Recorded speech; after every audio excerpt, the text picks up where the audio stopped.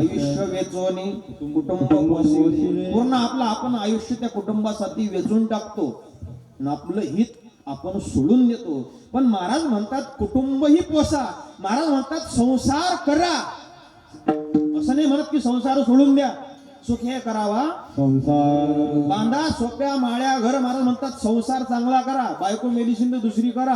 कोण म्हणते तरुणपणात जर मेडिसिन तर बरं म्हणून दुसरी करा म्हणतात.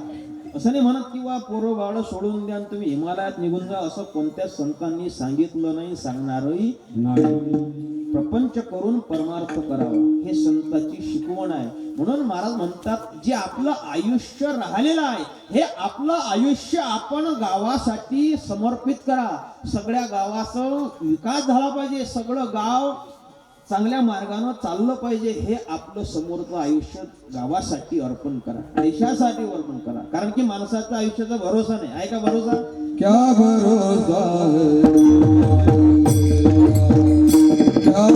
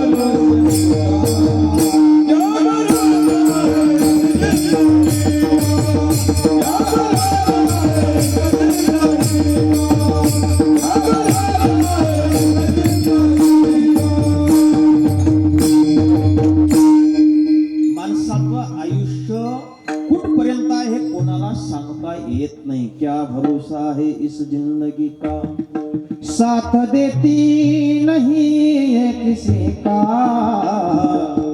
क्या भरोसा है इस जिंदगी का. सांस रुक जाएगी चलते चलते, दम आप जाएगी जलते जलते, दम निकल जाएगा, दम निकल जाएगा, दम निकल जाएगा रोशनी का. क्या भरोसा है इस जिंदगी का. हातातला घास तोंडात जाईल याची गॅरंटी नाही. क्षणाचा सुद्धा भरोसा नाही. क्षणभंगूर नाही भरोसा. वारे सावध तोडा माया आशा. क्षणाचा सुद्धा भरोसा नाही. म्हणून तुकाराम महाराज म्हणतात भगवंतानं आजपर्यंत आपल्याला जिवंत ठेवलं. महाराज म्हणतात आयुष्य कसं आहे. माशी पाख पाखडी तव हे सर. माणसाचं आयुष्य माणूस म्हणतो का हो तो माणूस मी सकाळी 9 वाजता आम्ही दोघांनी चहा पिला. त्या माणसानं मी सोबत चहा पिला आणि 2 वाजता बातमी आली, फोन आला. कशाचा? भाऊला अट्या घाला भाऊ. हे माणसाचं जीवन आहे. म्हणून महाराज म्हणतात आजपर्यंत देवानं आपल्याला ठेवलं. बरं झालं आजपर्यंत ठेवलं. देवानं जर आजपर्यंत नेलं असतं तर आजचं कीर्तन ऐकलं असतं का तुम्ही? आजचं कीर्तन जर देवानं आजपर्यंत नेलं असतं आजचं कीर्तन ऐकलं असतं? मी सुद्धा आजचं कीर्तन करू शकलो नसतं. तुम्ही विना घेतला असता काय? विना घेतला नसता. नाही हसू नका, हे सगळ्यासाठी आहे.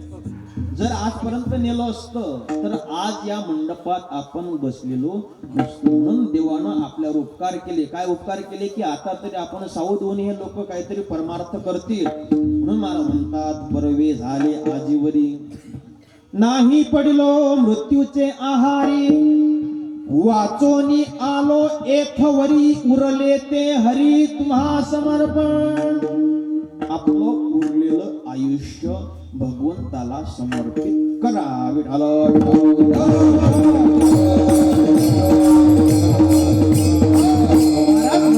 प्रत्येक माणूस इथं बसलेला आहे. कोणी गरीब आहे, कोणी श्रीमंत आहे. बरोबर ना? सगळेच श्रीमंत आहे, सगळेच गरीब नाही. प्रत्येक माणसाचं हे ठरलेलं आहे, गणित आहे. जो जसं करी तसं फलच्या खा, हे गणित ठरलेलं आहे. सगळेच गरीब नाही आणि सगळेच श्रीमंत नाही. मग महाराज म्हणतात हे प्रत्येक माणसाचं प्रारब्ध आहे. कोणी गरीब आहे, कोणी श्रीमंत आहे.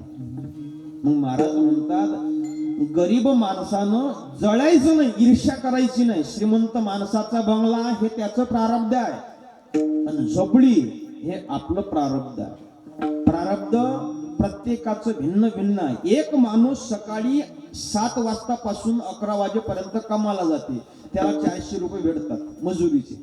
ऐकता ना तुम्ही? सकाळी 7 ला जाते, 11 वाजेपर्यंत काम करते, त्याला 400 रुपये मिळतात.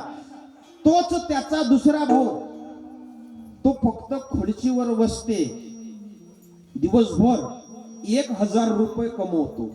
कोण?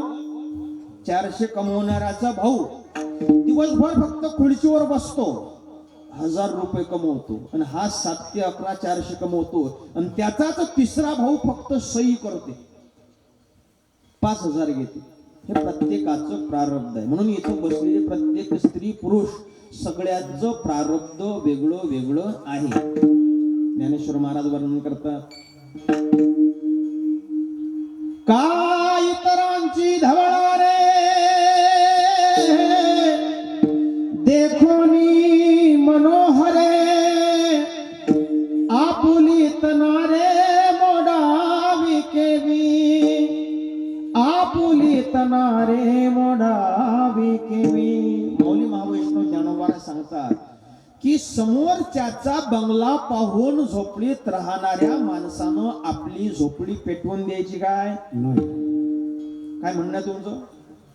बंगला आपली झोपडी त्याच्या बंगल्यासाठी पेटवून द्यायची काय? महाराज म्हणतात नाही, त्याचा बंगला हे त्याचं प्रारब्ध आणि आपली झोपडी आपलं प्रारब्ध. प्रत्येकाचं प्रारब्ध वेगळं वेगळं आहे. मडकी विकण्यासाठी कुंभार मडकी विकत होता. मडकं विकत घेत असताना कसं घेतात लोक?